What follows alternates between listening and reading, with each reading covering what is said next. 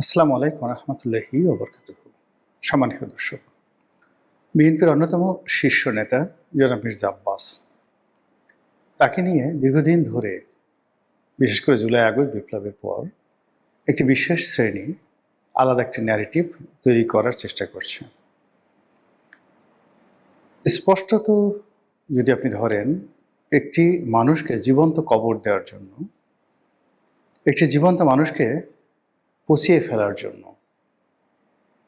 একটি সুস্থ এবং সবল মানুষের সারা শরীরে কুষ্ঠ ব্যাধি দ্বারা তাকে আক্রান্ত করার জন্য যে ধরনের প্রচার দরকার, প্রোপাগান্ডা দরকার, খুব ম্যাটিকুলাসলি সেই কাজগুলো এই ভদ্রলোককে করা হচ্ছে।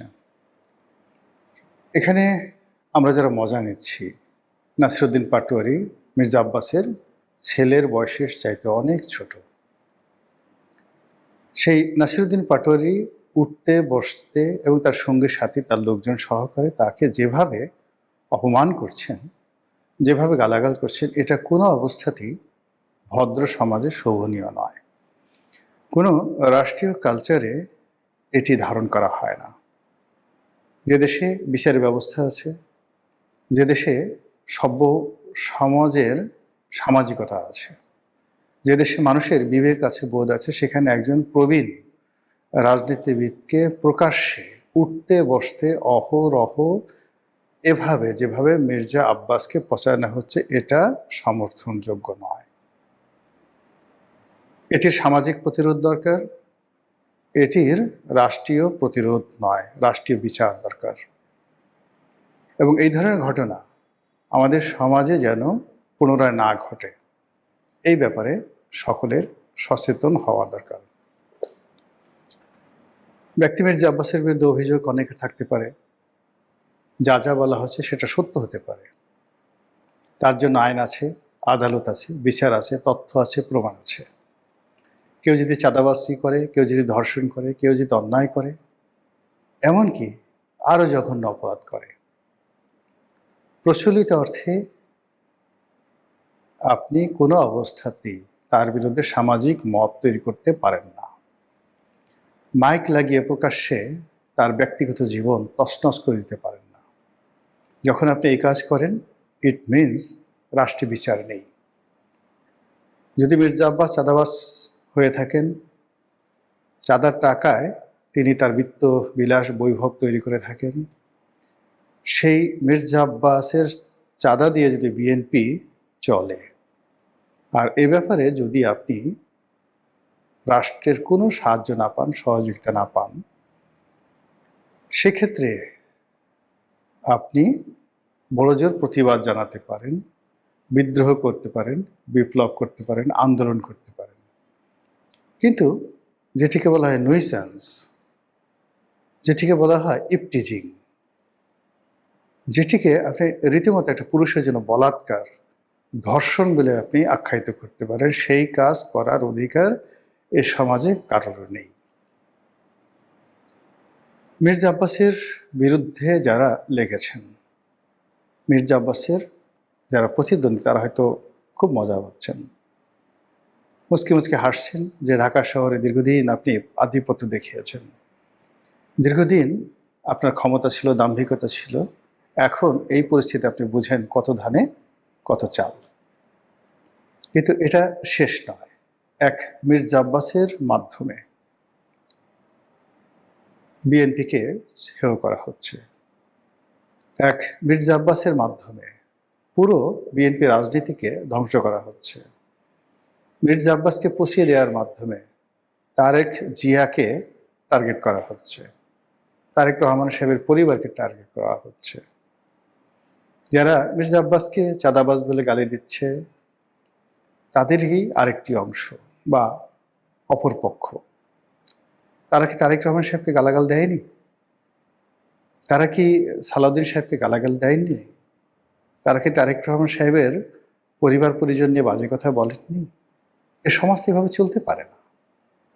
বোঝার চেষ্টা করুন, গণপ্রজাতন্ত্রী বাংলাদেশ সরকার চালাচ্ছে বিএনপি। সেই বিএনপির একজন মন্ত্রী পদমর্যাদার ব্যক্তি 50 বছরের অধিক সময় ধরে তিনি রাজনীতি নিয়ন্ত্রণ করেন ঢাকা শহরে। বহুবার মন্ত্রী হয়েছেন, এমপি হয়েছেন, মেয়র হয়েছেন। তার এই জীবন সায়ানে এসে তাকে যেভাবে পচানো হচ্ছে, আমি মনে করি বিএনপির অনেক কিছু করণীয় আছে। বিএনপি যদি সেই কাজটি না করে, বিএনপি ক্ষমতায় থাকতে পারবে না। বিএনপি যদি এটির সুরাহা করতে না পারে, তারা তারেক জিয়াকে রক্ষা করতে পারবে না, তারা সালাউদ্দিন সাহেবকে রক্ষা করতে পারবে না, এমনকি মির্জা ফখরুল সাহেবকে রক্ষা করতে পারবে না। মির্জা আব্বাসের মতো মানুষকে দিয়ে শুরু। এই কয়দিন আগে আপনি চিন্তা করুন, তরুণ নেতা এরশাদ, তাকে নিয়ে মানুষ ঠাট্টা করত, নিমডা, সান্ডা, এই বিভিন্ন কথাবার্তা বলে। এখন সেটা কমেছে, কিন্তু মির্জা আব্বাসকে নিয়ে কোনো অবস্থাতে সেটা থামছে না। যদি এটা চলতে থাকে, এরপরে এরশাদকে ধরা হবে, এরপরে রবিউলকে ধরা হবে। ঢাকা শহরে যারা যারা বিএনপির যাকে বলা হয় সাংগঠনিক শক্তিমত্তা, যাদের হাতে নিয়ন্ত্রিত, তাদের সবাইকে আস্তে আস্তে আস্তে আস্তে সামাজিকভাবে হেয় প্রতিপন্ন করে যখন সম্মিলিতভাবে বিএনপির উপর আক্রমণ চালানো হবে, তখন আর বিএনপির কিছু করার থাকবে না। সবচেয়ে বড় কথা হলো যে একজন মানুষ, প্রবীণ একজন মানুষ, তিনি এই সমাজে লাঞ্ছিত হচ্ছেন, আমরা সবাই মজা নিচ্ছি। এ যেন আদিমকাল, এ যেন আইএমএ জাহিলিয়াতের যুগ হয়ে গেছে। আরে বাবা, দরকার হলে মির্জা আব্বাসকে মেরে ফেলো, তাকে জীবন্ত কবর দাও, তাকে পুড়িয়ে মারো, কিন্তু একজন জীবিত মানুষকে এভাবে লাঞ্ছিত করার কোনো অধিকার কোনো সমাজের কোনো ব্যক্তির নেই। অন্যদিকে এই যে মির্জা আব্বাসকে এত অপমান করা হচ্ছে, আমি অবাক হয়ে গেলাম যে বিএনপির একজন শীর্ষ নেতা আজ পর্যন্ত একটা হুমকি দেয়নি, আজ পর্যন্ত একটা ধমক দেয়নি, আজ পর্যন্ত কোনো ব্যবস্থা গ্রহণ করেনি। বিএনপি রাষ্ট্র ক্ষমতায় থাকার পর যদি এই অবস্থা হয়, তাহলে রাষ্ট্র ক্ষমতা চলে গেলে কি অবস্থা হবে? অথবা রাষ্ট্র ক্ষমতায় থাকতে যদি একজন এত বড় নেতাকে হয়, তাহলে অন্যান্য যারা মন্ত্রী আছেন, এমপি আছেন, তাদেরকে যদি এর চাইতেও ন্যাক্কারজনক অপমান, ন্যাক্কারজনক ট্যাগ দিয়ে আজে বাজে কথাবার্তা বলে তাদেরকে যদি লাঞ্ছিত করা হয়, অপমানিত করা হয়, তাহলে কি হবে? বিষয়টি মির্জা আব্বাসের একার নয়, মির্জা আব্বাসের যারা বয়সী লোক আছেন তাদের সকলের, আপনার আমার সকলের। মির্জা আব্বাসের ক্ষেত্রে যে ঘটনাটা ঘটছে, সে ঘটনা আমার ক্ষেত্রে ঘটতে পারে, আপনার ক্ষেত্রে ঘটতে পারে। মির্জা আব্বাসের সঙ্গে আমার ব্যক্তিগত কোনো সম্পর্ক নেই।